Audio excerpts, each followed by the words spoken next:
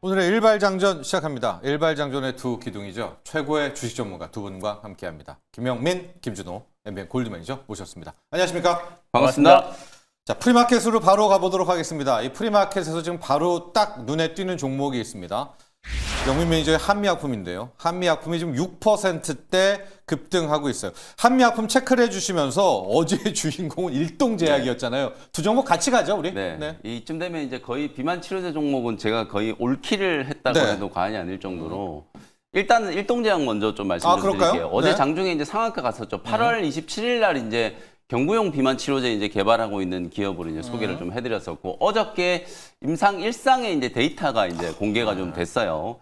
근데 이제 사실 뭐 논란이 될 수 있을 만한 이제 몇 가지의 이제 좀 그 데이터상의 문제가 좀 있기는 합니다만 네. 제가 판단했을 때는 주가가 상승하기는 좀 충분하다. 우리가 일단은 노보 노디스크의 이제 리벨서스, 그 다음에 이제 일라이 릴리의 오포그리플론, 둘 다 이제 두 자릿대 이제 그 체중 감량 효과를 이제 달성하는 게 이제 목표였는데, 네. 위고비도 뭐 약간 이제 간당간당 했었죠. 리벨서스 한 10% 이제 전후로 이제 체중 감량 효과가 있었고, 오포그리플론이 이제 조금 더 이제 높았다라고 보시면 되는데, 어제 일동제약이 이제 공개한 임상 데이터를 보면 임상 네. 1상, 그러니까 매일 하루에 한 번씩 이제 투약을 한 환자들이 4주 동안에 이제 체중 감량 효과가 최대 13.8%까지 이제 네. 나왔다. 이런 얘기가 나왔다는 것 자체가 어쨌든 효능에 대해서는 뭐 굉장히 좀 긍정적인 이제 반응이 좀 나올 수 있을 만한 이제 내용이고, 특히나 이제 경구용이잖아요. 이제 흡수율과 관련된 부분들을 어느 정도 이제 좀 극복을 했다라고 이제 좀 생각을 좀 해볼 수 있고, 그 다음에 이제 임상 과정에서 중도 탈락하거나 특별한 이제 부작용이 없었다. 사실상 임상 1상은 안전성에 대한 문제거든요. 이 약물이 이제 몸속에 특히 이제 경구용으로 이제 투약을 했을 때 부작용이라든지 이런 부분들이 이제 없었는지에 대한 이제 부분들이 좀 중요한 거기 때문에 네, 그렇죠. 특별한 부작용이나 중간에 이제 임상에서 탈락한 환자가 없이 사실상 이제 4주 동안에 최대 13.8% 정도 이제 체중 감량 효과가 있었으니까 이제 대규모 임상을 이제 진행해야 되는 이제 과제가 남아 있기는 합니다만, 어쨌든 일상의 이제 기준으로만 놓고 봤을 때는 굉장히 좀 긍정적이었다. 이렇게 이제 뭐 전체적으로 평가를 할 수 있을 것 같고, 주가도 이제 거기에 화답을 하면서 어제 장중에 데이터가 공개되자마자 상한가까지 이제 솟구치는, 물론 네. 이제 종가 기준으로는 상한가에서 조금 밀리기는 했습니다만 20% 후반대에 이제 폭발적인 이제 시세가 분출이 좀 됐다. 그래서 앞으로 이제 일동제약은 2, 3상 단계에서 대규모의 이제 임상을 이제 진행해야 되는 거기 때문에 앞으로 이제 임상 스케줄에 대한 부분들 어떻게 이제 발표되는지를 주목을 좀 해 보시면 좋을 것 같다. 이렇게 이제 말씀을 좀 드리고요.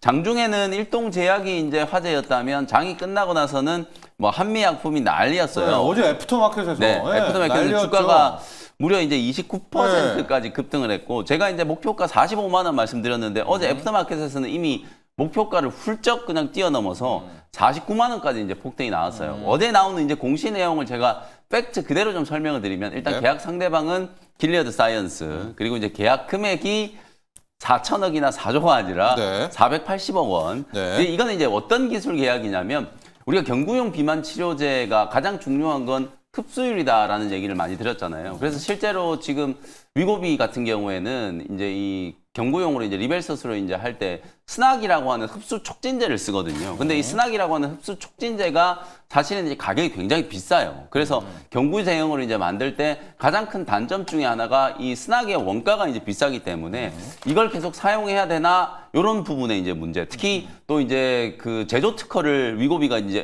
노보 노디스크가 다 걸어놨기 그렇죠. 때문에 네. 스낙을 쓴다라고 하면 이게 또 제조를 할 때 사실상 특허와 관련된 이제 이슈가 부각이 좀 될 수도 있기 때문에 스낙 프리, 그냥 스낙을 안 쓰고 스낙 외에 다른 물질을 가지고 흡수 촉진제나 흡수 강화제로 이제 쓰는 게 상당히 좀 중요하다라고 생각하시면 되거든요.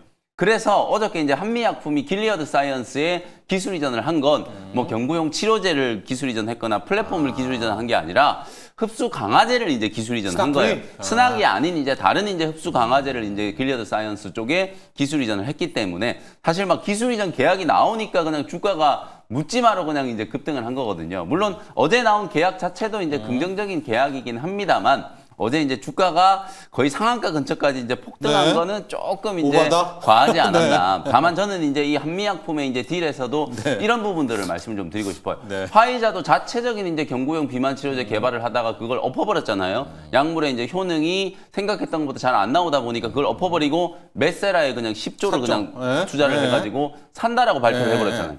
지금 길리어드 사이언스를 포함해서 뭐 아스트라제네카라든지 베링거 인겔하임이라든지 후발주자들이 계속해서 이런 시도를 할 거란 걸 제가 지속적으로 강조해드리고 있잖아요. 저는 어찌 보면 한미약품과 또 어저께 또 G2G 바이오도 유럽의 모 이제 제약 기업과 사실 이제 장기 약물 지속 주사제와 관련된 공동 연구 개발을 하겠다라는 거 이제 발표를 하면서 어제 장 마감 후에 상한가까지 솟구쳤거든요. 예. 시간의 시장에서. 예. 이제 이런 딜들이 계속 나온다는 것 자체가 노보 노디스크와 일라이릴리가 이제 장악하고 있는 이 비만 치료제 시장을 그냥 뺏기지 않겠다라고 하는 강력한 의지, 그리고 결정적으로 금리 인하 사이클이 이제 본격적으로 시작되는 단계에서 다국적 제약 기업들은 보유하고 있는 현금정 자산을 굉장히 공격적으로 이제 운영을 하면서 M&A라든지 물질과 관련된 여러 가지 이제 계약들이 터져 나올 수 있다.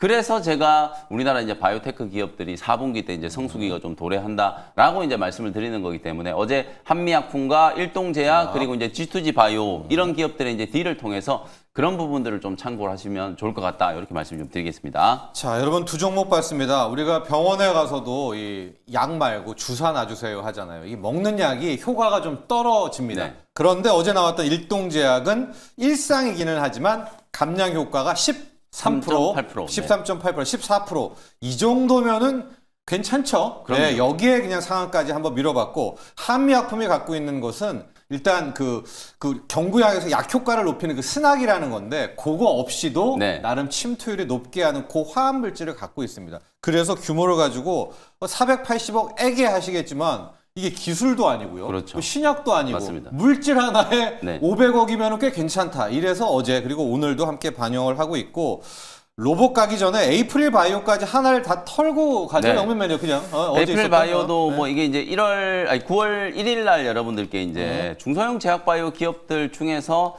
가장 좀 저평가되어 있는 이제 기업으로 이제 소개를 해드렸는데, 요 기업도 이제 거의 뭐 수익률이 30%가 넘어가고 있는 상태인데, 저는 뭐 아직도 에이프릴 바이오, 아까 조금 전에 말씀드렸던 네. 뭐 한미약품도 마찬가지고 에이프릴 바이오도 마찬가지고 뭐 지금 구간에서 저는 충분히 접근이 가능하다. 시총이 여전히 싸요. 한미약품이 여러분들이 뭐 주가가 많이 오른 것 같지만 사실 지금 펩트론이 시총이 뭐 7조 가까이 되고 ABL 바이오가 막 5조, 6조 5조인데. 되는데 한미약품 지금 시총을 보시면 5조가 채 안 돼요. 네. 그 정도로 지금 시가총액이 뭐 물론 그동안에 이제 부진이라든지 여러 가지 이제 뭐 또 지배구조와 관련된 뭐 논란 이런 것들이 좀 있었습니다만, 그럼에도 불구하고 한미약품의 어떤 신약 개발의 어떤 성과, 그리고 이제 향후에 이제 좀 기대를 해볼 수 있는 여러 파이프라인들을 이제 감안하면 아직도 좀 저평가다. 에이프릴 바이오도 시총이 6천억대밖에 안 됐는데, 제가 빠르게 최근에 나왔던 몇 가지 이슈들 좀 강조를 좀 해드릴게요. 일단 에이프릴 바이오는 펩트론은 아직도 기술 이전 단 한 건도 체결이 안 돼 있는데 시총이 7조 가까이 됐잖아요. 에이프릴 바이오는 덴마크의 룬드백 그리고 미국의 에보면 이 두 기업 쪽으로 무려 1조 1천억 원의 기술 이전 계약을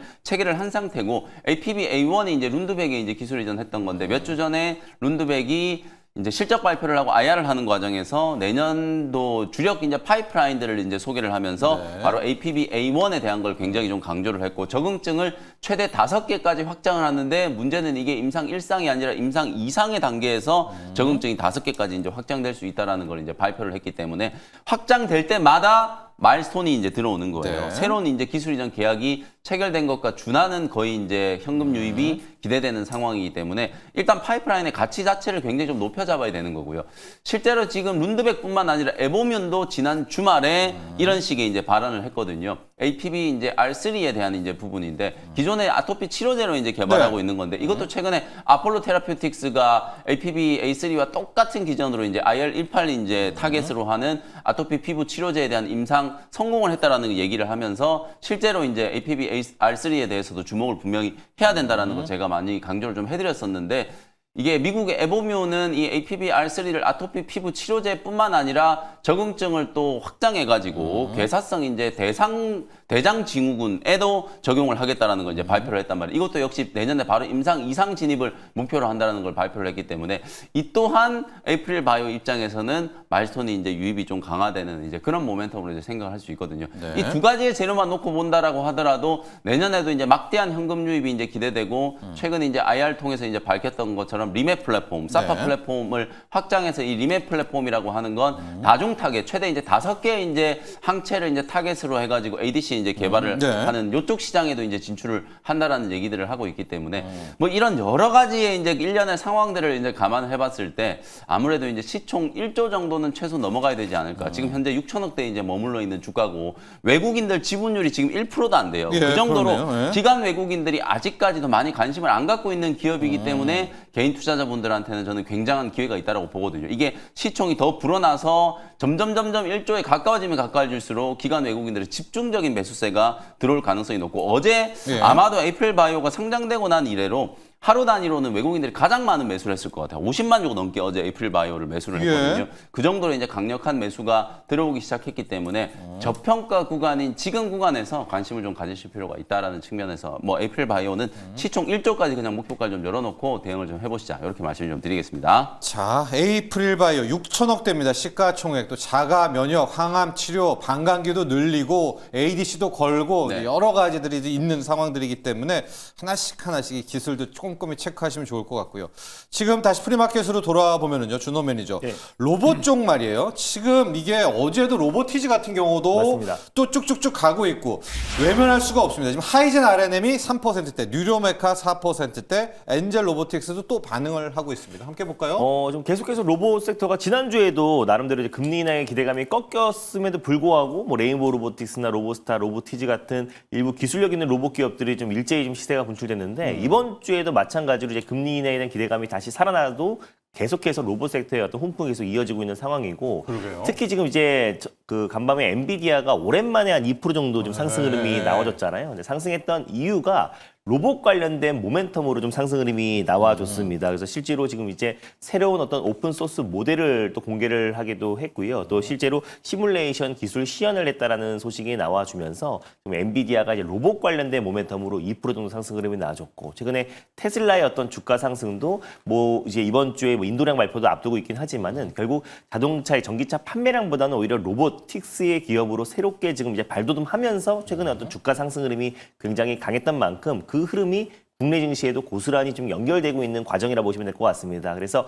로보티즈가 이제 급등이 나왔고 또 다시 한번 또 이제 어제도 한 7, 8% 거의 10% 가까운 상승 흐름이 추가적으로 나와줬었는데 그랬을 때 이제 조건반사적으로 같이 좀 올라갈 수 있는 기업이 하이젠 RNM입니다. 그래서 로보티즈는 LG전자가 지분을 8% 들고 있고 하이젠 RNM은 LG전자의 모터 사업부에서 분사된 기업이고 둘 다 액추에이터를 이제 공급하고 있는 기업이라고 말씀드렸잖아요. 아직까지는 하이젠 RNM이 로봇 액추에이터 관련된 매출 비중은 낮지만 지금 이제 산업통상자원부에서 지정한 특히 휴머노이드 액추에이터 선정 주간 기업으로 선정됐기 때문에 하이젠 RNM이 이제 오늘 그동안 이제 못 갔던 부분들이 좀 반발 매수가 순환매 차원의 반발 매수가 유입되고 있다라 보시면 될 것 같고 뉴로메카 같은 경우 지금 자막에 나오듯이 네. 지금 중국 기업과 지금 이제 합작 법인을 설립을 했어요. 그래서 원래는 이제 뉴로메카 같은 경우는 특히나 지금 이제 뭐 교촌 치킨에서 뭐 치킨을 튀기거나 이제 푸드 로봇 관련해서 좀 그 기술력이 있던 기업인데 네네. 특히나 지금 중국 기업과 이제 합작 법인을 설립해서 중국 시장에 본격 진출한다는 기대감이 지금 적용되면서 뉴로메카도 좀 시세가 분출되고 있고 엔젤 로보틱스 같은 경우도 이제 아무래도 LG 향 로봇 웨어러블 로봇 기업이잖아요. 그래서 그동안 지금 로봇 섹터 내에서 좀 상승폭이 좀 제한적이었거나 아니면 지난주에 이제 금리 영향에 대한 어떤 기대감이 좀 꺾이면서 조정이 나왔던 종목들이 좀 일제히 좀 저가 매수가 좀 유입되고 있는 시점이라고 보시면 될 것 같고 특히나 뭐 하이젠 RNM 같은 경우는 지금 정부에서 또 이제 네. 휴머노이드 컨소시엄에 구성되어 있는 주간 기업으로 선정된 기업이다 보니까 앞으로 전 충분히 추가적인 상승과 또 연내 또 신고가 랠리가 반드시 나올 수밖에 없다라고 보고 있어서 지금 가격도 저는 충분히 좀 매수 타점으로도 매력적인 구간이 아닌가라고 좀 보고 있습니다. 하이젠 RNM은 뭐 부품이기 때문에 네. 많이 기대도 하고 있는데 지금 얘기했던 이제 뉴로메카라든가 엔젤 로보틱스는 좀 평이해서 좀 무시받았잖아요. 뭐 맞습니다. 치킨 튀기는 것도 네. 입는 로봇. 뉴로메카를 한 번 더 봐주시죠. 네. 왜냐하면 이게 현실에서는 이런 로봇이 더 필요한 거 아니에요? 맞습니다. 뭐 근데 일상생활에서는 주가는 안 줘요. 맞아요. 네, 네. 그래서 이제 특히 푸드테크 쪽에 좀 이제 강자였고 사실 이제 한화 로보틱스 같은 경우도 이제 글로벌 푸드테크 로봇 쪽으로 네. 가장 이제 시장을 점식하기 위해서 지금 이제 계속해서 하나도 노력 중이라 결국 향후에 이제 뉴로메카는 뭐 포스코 그리고 또 이제 하나의 어떤 포스코도 협력 있고요. 기대감도 네. 계속 높아질 수밖에 좀 없다라고 보고 있는데 뉴로메카가 이제 중국이 사실 이제 로봇 쪽에 특히 이제 가성비 쪽에 그리고 기술력 측면에서도 상당 부분 이제 미국까지 거의 따라온 상태다 보니까 중국과 미국 간의 어떤 이제 로봇 기술 경쟁이 지금 심화되고 있는 시점인데 오히려 뉴로메카가 중국의 지금 이제 로봇 기업과 같이 협력과 합작 법인을 설립했다라는 부분들이 오히려 지금 뉴로메카가 이제 푸드테크뿐만 아니라 다양한 산업으로 로봇 다양한 포트폴리오가 더욱더 확장될 가능성이 좀 높다라고 보고 있어서 그래서 한동안 지금 뉴로메카는 사실상 로봇 섹터의 어떤 순환매에도 소외가 됐었었는데 오히려 이번 계기로 어느 정도의 좀 상승 흐름은 나올 수 있다라고 보고 있긴 하지만 이미 지금 이제 뉴스가 나온 상태에서 갭이 떠서 출발을 할 가능성이 높잖아요. 그래서 일단 신규 매수는 어느 정도 좀 흐름을 좀 체크해 보고 들어갈 가능성이 높고 뭐니 해도 이 로봇은 그래도 휴머노이드 로봇 시장이 가장 크거든요. 그 휴머노이드 로봇 시장만 본다고 하더라도 지금 글로벌 IB들은 거의 8경을 내다보고 있기 때문에 지금 미국에서도 지금 이 시장을 계속해서 공략하고 있는 게 지금 미국의 부채가 한 5경 정도를 예상하고 있잖아요. 그래서 결국 이 휴머노이드 로봇 시장만 우리가 꽉 잡고 있는다고 했을 때는 부채도 갚을 수 있는 부분이다 보니까 결국에 지금 이제 휴머노이드 로봇 쪽으로 가장 강력한 시세가 분출될 수밖에 없다. 그래서 이제 뉴로메카가 하고 있는 지금 현 시점에 어떤 푸드테크 쪽의 어떤 매출은 상당 부분 좀 제한적인 부분이 분명히 있기 때문에 그래서 오늘 기술적으로 한번 봐주시죠. 예, 왜냐하면 못 갔어요, 뉴로메카는. 맞습니다. 그것 그래서 지금 말씀하신 것 때문에. 그래서 오히려 오늘 차라리 종가까지 좀 확인을 하는 게 좋을 것 같아. 그래서 장초반 갭 떠서 출발했을 때 들어가서 갭을 메꾸고 차익매물이 출해되기보다 왜냐면은 오랫동안 기간 조정이 나왔던 기업들은 어떤 이런 재료가 나오면서 반발 매수가 들어왔을 때 또 팔고자 하는 심리도 굉장히 크거든요. 그래서 오히려 좀 종가까지 흐름을 체크해보고 확실한 어떤 이제 종가까지 강력한 상승 흐름이 나와주면은 오히려 종가 베팅을 하는 게 조금 더 안정적일 수 있다라고 좀 보고 있어서 일단 이제 좋은 뉴스가 나왔고 앞으로 뉴로메카의 어떤 성장성을 우리가 추적하면서 인정하지만 일단 오늘의 어떤 상승에 굳이 우리가 뇌동매매, 추격 매수로 따라갈 필요는 없다라고 좀 보고 있습니다. CMS도 같이 해주시죠. 뭐 리뷰로 준비돼 있으니까 로봇 네. 나왔으니까 참 주식이란 게 그런 맞습니다. 것 같아요. 따박따박 돈 잘 벌고 성실한 애한테는 주가 안 주고 맞습니다. 성장성의 판타지에 믿고 맞아요. 그냥 그쪽만 주가가 근데 올라가요. 그 안에서 네. 그래도 차라리 뉴로메카를 살 돈이 있으면 오히려 CMS를 사는 게 어떤가. 네. 지금도 이제 말씀드리고 나서 한 23% 정도의 상승을 한번 나와주고 있긴 네. 한데 결국 지금 SK 움직임이 또 심상치 않거든요. 네. 그래서 SK 최태원 회장이 또 지난주 화요일 날 미국 출장길에 오르기도 했었고 이제 이번 주에 돌아오는데 이제 관련해서 미국의 SK의 어떤 미래 성장 동력 그리고 내년의 어떤 먹거리를 챙기기 위해서 갔던 거잖아요. 그래서 특히나 CMS 같은 경우는 지금 최태원 회장의 강력한 주문이 있었고 또 휴머노이드 로봇 관련된 특명과 또 지능형 로봇 모든 제조 라인에 지능형 로봇 솔루션을 도입하라고 했는데 맞아요. 그걸 영위하고 있는 기업이 바로 CMS잖아요. 그리고서 결국 그걸 또 주관하고 있는 기업이 SK텔레콤인데 CMS의 2대 주주라는 점. 그래서 오히려 지능형 솔루션 관련해서는 국내에서는 많은 기업들이 없고요. 결국 가장 대표하는 기업이 쉽게 말해서 로봇의 두뇌 또 스마트 팩토리의 두뇌라고 보시면 될 것 같은데 그걸 하고 있는 기업이 CMS와 클로봇이 가장 대표적인 기업이라고 솔루션. 보시면 될 것 같고요. 그래서 결국에 SK의 어떤 이제 전사적인 어떤 이제 스마트 팩토리 전환에 있어서 CMS의 역할이 커질 수밖에 없다라는 점에서 오히려 지금 가격이 훨씬 더 매력적인 구간이고 특히 노란모토버 통고와 4.5일째 시행 도입을 앞두고 있는 시점에서 오히려 CMS의 역할이 더 클 수 있기 때문에 오히려 지금 가격도 충분히 저는 매력적인 구간이다라고 좀 보고 있어서 오히려 뉴로메카보다 CMS의 한 손을 더 들어줄 필요가 있지 않을까 보고 있습니다. 네, 자 이렇게 리뷰까지 마쳤고요. 이제 영맨 매니저의 일발을 시작할 텐데요. 앞서 제가 주식시장이 참 진짜 너무하다.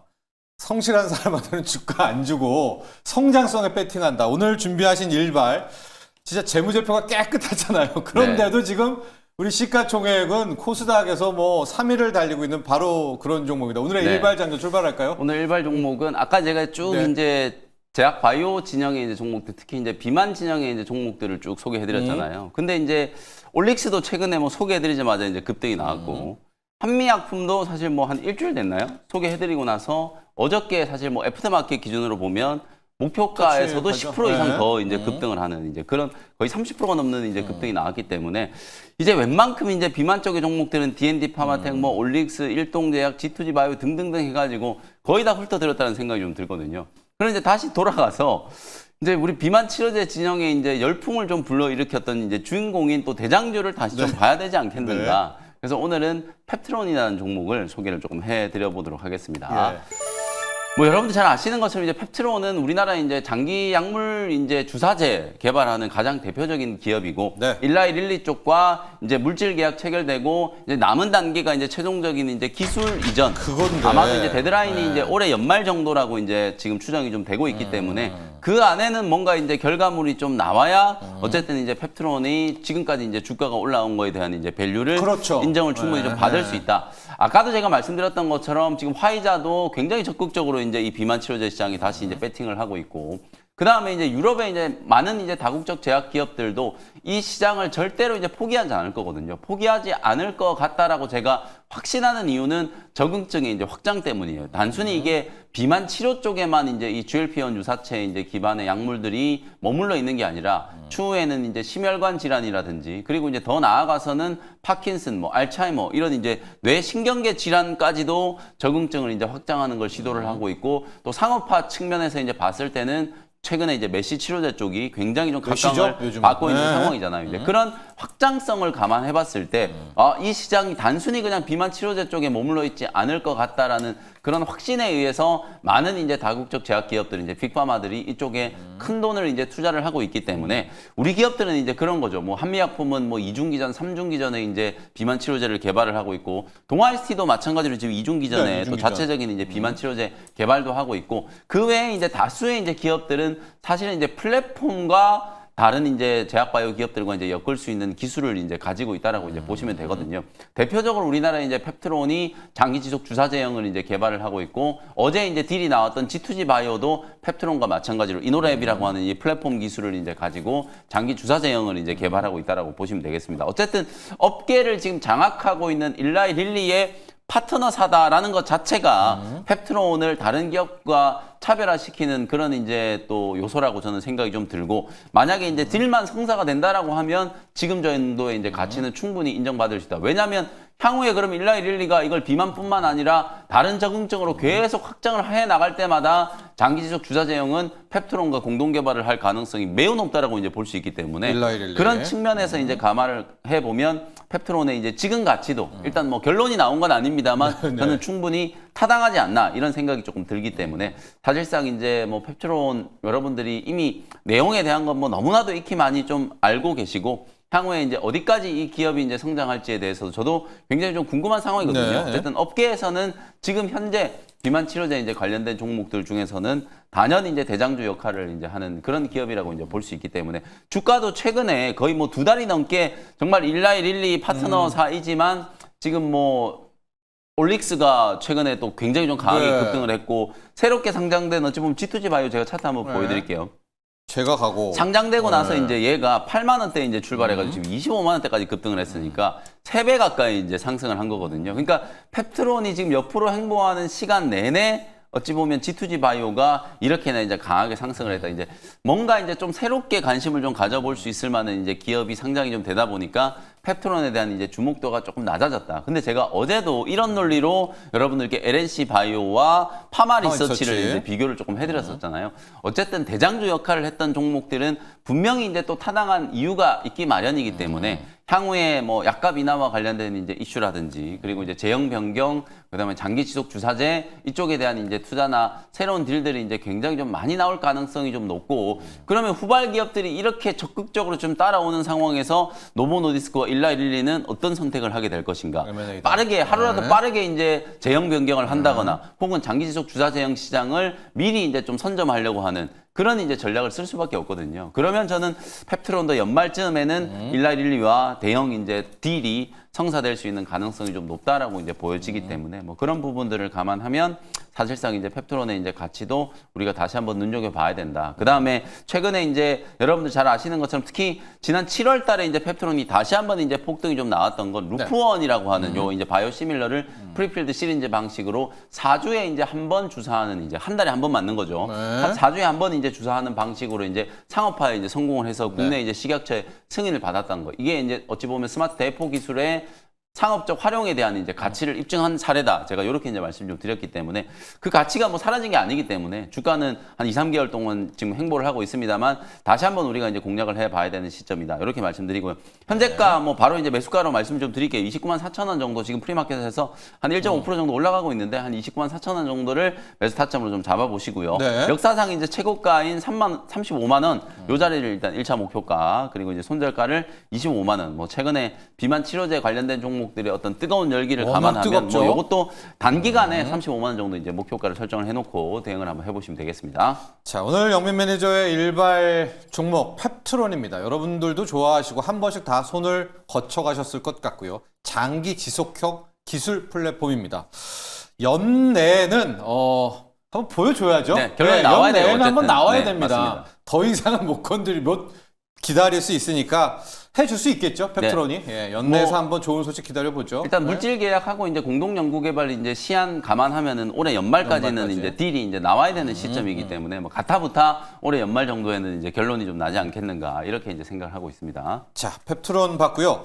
오늘은 이 이슈를 다뤄보도록 하겠습니다. 준호 매니저, 네. 네이버에 관련한 건데요. 뭐 두나무와 네이버 파이낸셜 합병한다 이 소식 나오면서 3일 연속 네이버 주가 올랐고 어젠 7%, 3일 동안 봤더니 한 20%대 이제 급등을 했어요. 오늘도 프리마켓에서 네이버 주가는 괜찮습니다. 좋은데 문제가 지금 2%대 오르고 있는데요. 어제 그제부터 시장에 나오는 게 네이버 네. 파이낸셜과 두나무의 합병 법인이 나스닥으로 간다. 네. 그럼 50조를 땡긴다. 맞습니다. 그럼 뭐 좋겠죠. 네이버는 이게 호재입니까? 악재입니까?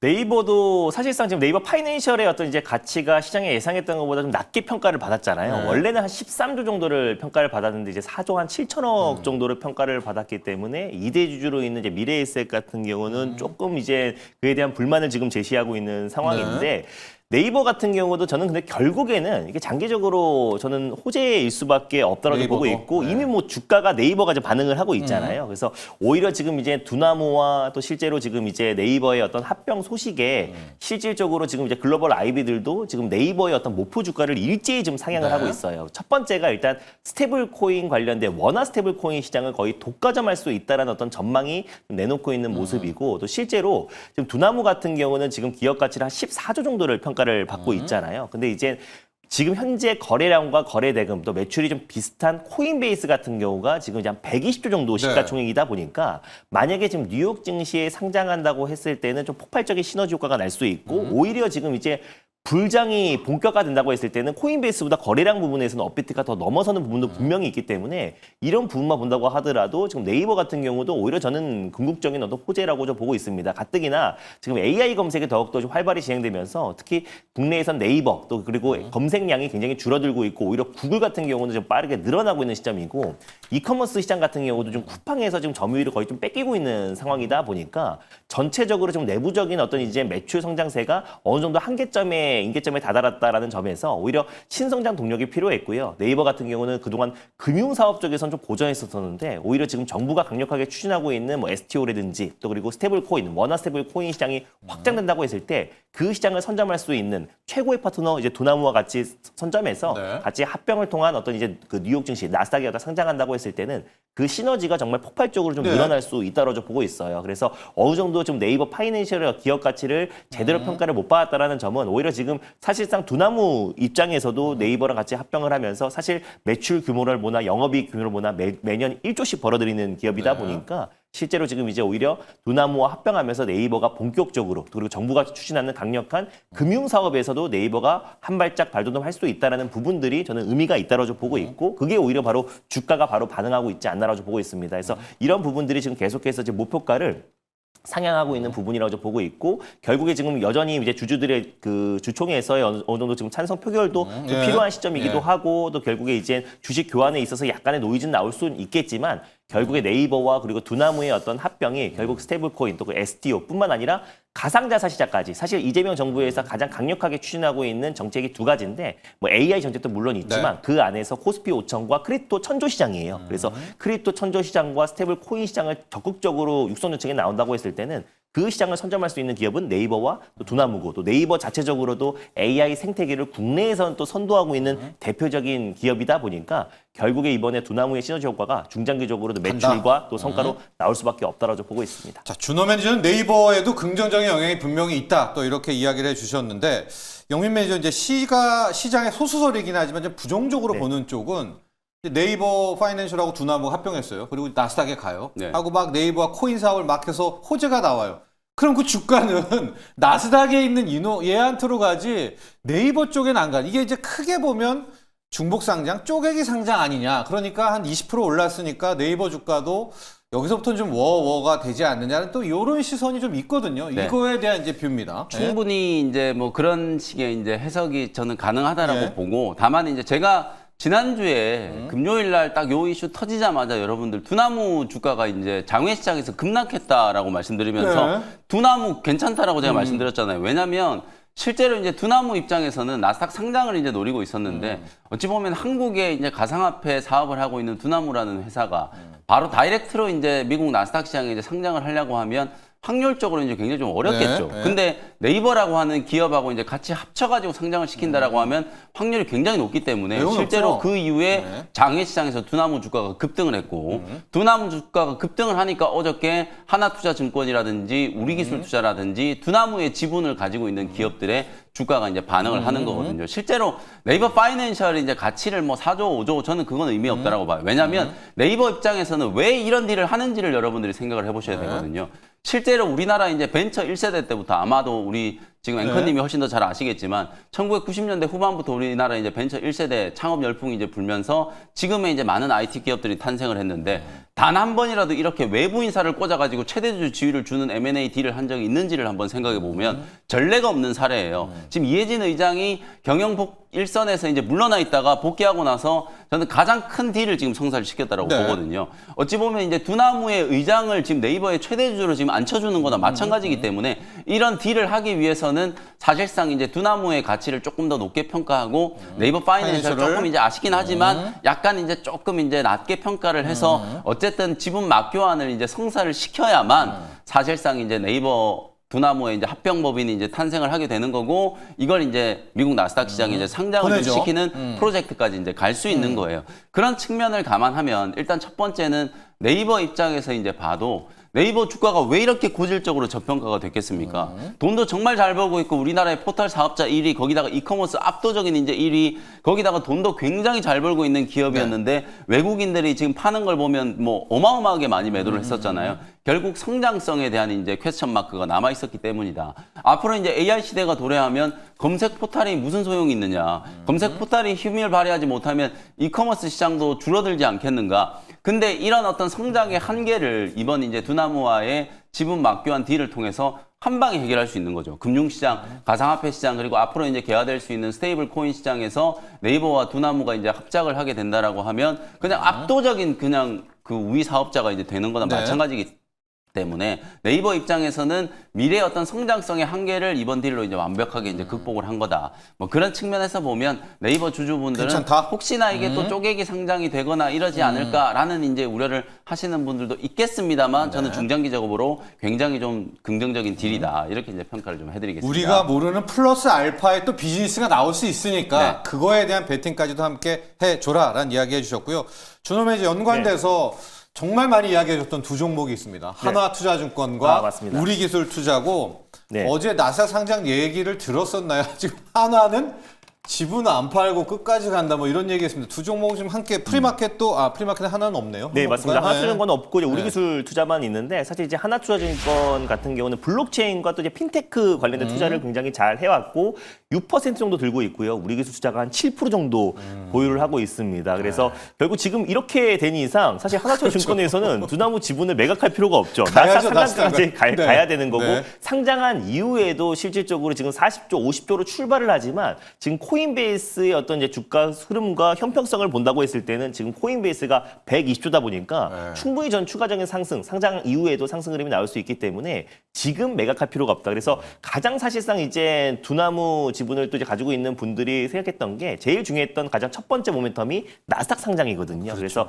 그 흐름이 네이버와 합병하면서 그 속도가 더 빨라지고 있고 지금 이제 더욱더 지분 가치가 더욱더 확대되고 있는 상태에서 지금 지분을 매도할 이유는 없다라고 좀 보고 있고 똑같이 지금 초기 투자였던 우리기술 투자 같은 경우는 거기도 사실 한 7% 정도 마찬가지겠네요. 들고 있잖아요. 그래서 하나투자증권보다 조금 더 들고 있어요. 더 들고 그래서 있어요. 지금 이제 지분 가치가 새롭게 좀 부각되면서 어제 좀 강력한 거의 20% 이상의 상승 흐름이 나와줬고 지금도 추가적인 6% 정도 상승 흐름이 나와주고 있는데 저는 이 이슈가 당분간은 뭐 계속해서 좀 이어질 수밖에 없다라고 좀 보고 있고 네이버엔 조금 아쉬울 수 있지만 오히려 두나무 주주들에게는 굉장히 긍정적인 그러니까요. 재료거든요. 네, 우리기술 투자. 그 두나무의 네. 지분을 가지고 있는 우리기술 투자와 하나투자증권 같은 경우는 오히려 지금부터 이제 매력적으로 봐야 되고 실제로 하나투자증권 같은 경우 또 그러던 게 예전에 지금 이제 우리가 증시 부양책으로 인해서 증권주들은 큰 시세가 분출됐었는데 아무래도 하나투자증권 같은 경우는 이 암호화폐 특히 두나무 지분을 가지고 있다는 이유로 상승폭이 좀 제한적이었던 부분들이 분명히 있었었는데 가장 강력한 재료가 나온 상태이다 보니까 우리기술투자도 그리고 하나투자증권도 우리가 새롭게 좀 관심 있게 볼 필요가 있는 시점이 아닌가라고 좀 보고 있고 특히 하나투자증권 같은 경우는 또 STO 쪽에서도 굉장히 적극적으로 SK증권과 함께 움직이는 기업 중에 하나다 보니까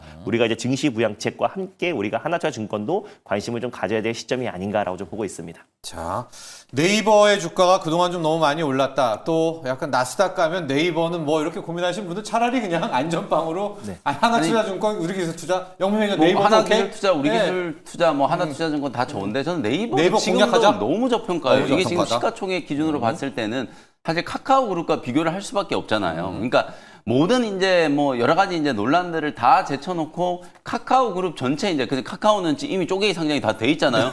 모든 계열사들 다 합친 거하고 네. 네이버하고 비교해 봤을 때 네이버가 시총이 더 작단 말이에요. 적어도 이제 그 상태는 벗어나야 된다. 그런 측면에서 봤을 때는 네이버 갈길 주주분들도 많다? 별로 아쉬워하실 필요 없을 것 같아요. 외국인들이 이제 더 이상 이렇게 이제 공매도 때리거나 이제 이렇게 주가를 이제 짓누르는 그런 이제 시도를 할 가능성이 좀 높지 않기 때문에 저는 네이버 주가도 국내 증권사들 막 35만 원, 막 38만 원 네. 이렇게 이제 목표가 계속 올리고 있잖아요. 그런 분위기를 좀 타고 가다 보면 30만 원이 아니라 또 40만 원대까지도 충분히 올라갈 수 있는 여지가 좀 있지 않겠는가. 일단 코로나 팬데믹 지금 월봉 보시면 46만 원까지 갔었어요. 이런 이슈 하나도 없이 그냥 이커머스 하나로만 46만 원까지 갔었거든요. 그런 측면을 감안하면 네이버의 주가는 지금 뭐 아무리 논란이 있고 어쩌고 저쩌고 해도 네. 저는 40만 원 정도까지는 가야 타당한 주가가 아닐까. 그래서 네이버 주주분들도 뭐 너무 크게 네. 걱정하지 않으셔도 된다. 나스닥 자, 상장까지는 아직 시간이 걸릴 많다. 테니까 네. 그 전까지는 네이버를 살 수밖에 즐겨라. 없다. 이렇게 이제 보시면 되겠습니다. 자, 네이버의 본토 공략 전법이 있고요. 좀 약간 이게 그래도 깨름직하다. 하나투자증권, 우리기술투자로 두 나무에 업어가는 나스닥에 함께 따라가는 전략 두 가지 함께 이야기를 나눠봤습니다. 자, 준호 매니저의 일발로 가보도록 하죠. 오늘의 네. 일발은 어디로 갈까요? 뭐 아무래도 지금 이제 국정자원 이제 화재로 인해서 실제로 이제 국가 이제 사이버 관련된 경보가 지금 이제 관심에서 주의로 좀 상향이 된 상태고 어제 이제 아톤이라는 기업을 말씀드렸는데 한 13% 정도 살짝 올라가 줬잖아요. 그래서 이제 아톤이 보안도 우리가 관심을 가져야 되지만 특히나 지금 이제 데이터 센터의 어떤 확충도 더욱더 지금 우리가 AI 3대 강국과 이번에 지금 우리가 국정자원 화재 또 그리고 이제 국가 정산망 마비를 통해서 오히려 데이터 센터 확충이 더욱더 속도를 낼 수 있다라는 점에서 관련된 이제 부품 특히 이제 슈퍼 커패시티 기업인 비나이다 비나텍을 드디어 한번 들고 와 봤습니다. 지난번에도 잠깐 지나가는 잠깐 식으로 지나갔는데. 말씀드리고 다음날 20% 정도 상승 흐름이 나와주긴 했는데 결국 이제 슈퍼 커패시터와 이제 수소 연료전지 사업을 영위하고 있는 기업이고요. 특히 지금 커패시터 같은 경우는 소형, 중형, 대형으로 나누는데 소형은 이제 파나소닉 그리고 중형은 비나텍 그리고 또 이제 대형은 지난번에 소개해드렸던 LS 머트리얼즈가 네. 있다라고 말씀드렸고 특히 이제 비나텍 같은 경우는 중형 커패시티 관련해서 글로벌 1등 기업이다. 그래서 울트라 커패시티 또 슈퍼 커패시티라고 하는데 기존의 어떤 커패시티보다 슈퍼 커패시티, 울트라 커패시티는 수천에서 수만 배의 저장 능력이 있어요. 그래서 오히려 2차 전지의 이제 보완제뿐만 아니라 대체제 역할을 또 할 수 있어서 실제로 그 전력을 잘 저장했다가 순간적으로 고출력으로 내뿜는 그러니까 지금은 현재 자동차의 어떤 블랙박스에도 많이 사용이 되고 또 실적으로 에어백에도 많이 쓰여요. 그래서 자동차의 그래요? 어떤 전원이 끊겨도 네. 실제로 지금 이제 순간적으로 전력을 뿜으면서 비상발전 역할도 하고 있다라고 보시면 될 것 같은데 이번에 지금 이제 국정자원 이제는 화재의 어떤 주요 원인이 UPS 이제 무정전 전원장치에 들어가는 LG엔솔의 리튬이온 배터리에서 이제 화재가 발생을 한 거잖아요. 근데 물론 그 잘못이 아니라 이제 노후화됐었는데 교체하는 과정에서 이제 화재가 난 거기 때문에 오히려 LG엔솔도 어제 좀 상승 흐름이 나와주기도 했었었는데 오히려 그렇다고 했을 때 그 UPS가 결국 수초에서 수분간 임시 전원을 이제 공급하고 그 이후에 이제 비상 발전으로 이제 전환이 되는 시점인데요. 그 UPS에 들어가는 게 바로 이제 슈퍼 커패시티입니다. 그리고 ESS에도 들어가는 게 이제 슈퍼 커패시티다 보니까 오히려 중형 또 대형 또 울트라 커패시티 같은 경우는 오히려 지금 이제 우리가 LG엔솔 리튬 이온 배터리에 너무 의존하기보다 그 UPS 안에 실제로 이제 커패시티 양을 더 늘린다고 했을 때는 오히려 또 이제 비상 발전의 효과도 분명히 있다. 그래서 예. 실제로 지금 이제 울트라 커패시티가 결국에 정전이 이제 발생했을 때 슈퍼 커패시티가 저장됐던 전력을 좀 뽑아내고요. 그 중에 극히 일부가 비상 발전기를 커피시티를 돌릴 수 있게 시동을 걸 수 있게 모터에 전력을 공급하는 역할을 합니다. 그래서 굉장히 중요한 역할을 하기 때문에 그래서 실질적으로 그 저장 역할도 있고 그 데이터를 저장하고 순간적으로 전력을 공급하고 또 거기다가 비상 발전기를 돌릴 수 있는 모터에 전력을 공급하는 역할을 하기 때문에 앞으로 또 울트라 커피시티에 대한 관심이 훨씬 더 높아질 수밖에 없고 특히 네. 데이터 센터 확충에 있어서도 결국 울트라 커피시터와 또 그리고 이제 비나텍의 어떤 역할이 더욱더 커질 수밖에 없다고 좀 보고 있는데 거기에 더불어서 또 ESS 시장도 같이 커질 수가 있잖아요. 그 에너지를 저장하는. 그래서 그 ESS에도 슈퍼 커피시트가 들어가고 있다. 그래서 더 이상 2차 전지의 어떤 이제 보완제 역할이 아니라 확실한 대체제 역할도 할 수 있다라는 점이 이제 AI발 데이터 센터 확충에 비나텍의 역할이 커질 수밖에 없다고 좀 보고 있고요. 이미 이제 비나텍이 다른 슈퍼 커피시트 기업들보다 더 강력하게 올라갔던 이유는 예. 이미 지금 이제 블룸 에너지에도 지금 데이터 센터용 슈퍼 커피시트를 단독으로 공급하고 있는 기업이기도 하고 또 지난 6월 달에 미국의 연료전지 예. 기업에도 데이터 센터용 슈퍼 커피시트를 좀 공급 계약을 체결을 했습니다. 68억 규모이긴 하지만은 꾸준하게 지금 미국 현지의 에너지 기업과 또 슈퍼 커피시트를 공급 계약을 체결하고 있다는 점이 추가적으로 이제 공급 계약 체결 이슈가 계속 이어질 수 있다라고 좀 보고 있어요. 실적이 찍히네요. 맞습니다. 네. 그리고 이미 지금 실제로 2021년부터 860억을 들어서 지금 공장 증설을 캐파 증설을 계속 확대하고 있는 상황인데 지금 결국 AI발 데이터 센터 이제 확충에 있어서 가장 큰 수혜 기업으로 부각될 수 있고 실제로 이제 매출 성장이 가시화될 수 있는 해고 새 공장이 이제 본격적으로 생산이 시작된다고 했을 때는 아까 말씀드렸던 UPS에도 그리고 ESS에도 그리고 또 이제 새로운 또 이제 미래 모빌리티에도 결국 이제 슈퍼 커피시티의 사용량이 더욱더 증대될 수밖에 없는 상황이다 보니까 오히려 또 이번 국정자원 어떤 화제에 있어서 우리가 가장 관심 있게 봐야 되는 게 이제 데이터 센터 확충과 그 안에 UPS 안에 들어가는 슈퍼 커피시티 양이 더 늘어날 수 있다라는 점에서 오늘 비나텍을 탑픽 종목으로 들고 와봤습니다. 자, 오늘 준호면제 일발 비나텍입니다. 슈퍼 커패시티 어르신들이 축전지라고 하죠. 네. AI 데이터 센터는 전류가 일정해야 되니까 누군가 이 전지를 좀 전류를 담았다가 쏘고 그 역할을 하는 그런 장치 전문 기업이다. 가격 전략 볼까요? 네, 일단 가격 전략은 이게 아무래도 프리마켓이 없다 보니까 이제 네. 전일 종가로 한번 대응해 보도록 하겠습니다. 전일 종가였던 47,600원을 일단 매수가로 좀 잡아보도록 하겠고요. 최근에 어떤 조정 흐름은 AI발 어떤 거품론이 불거지면서 좀 조정이 나아졌었는데 다시 한번 이제 엔비디아를 필두로 한 AI 관련 종목들이 상승 흐름이 나아지고 있다는 점을 놓고 봤을 때 거기다가 또 이번에 국정자원 화제를 통해서 오히려 커피시티에 대한 관심이 높아질 수밖에 없다는 점에서 전일 종가였던 47,600원을 한번 매수가로 잡아보도록 하겠고요. 목표가는 일단 57,000원 라인대를 1차 목표가 직전 고점을 한번 잡아보도록 하겠고 손절가는 45,500원 말씀드려보도록 하겠습니다. 자, 오늘 준호 매니저의 일발은 커패시티의 비나텍이고요. 앞서 영민 매니저는 우리나라 국내 장기 지속형 플랫폼의 대장 오브 더 대장 네. 탭트론을 일발로 공격해 봤습니다. 오늘도 성공 투자하시죠. 감사합니다. 고맙습니다.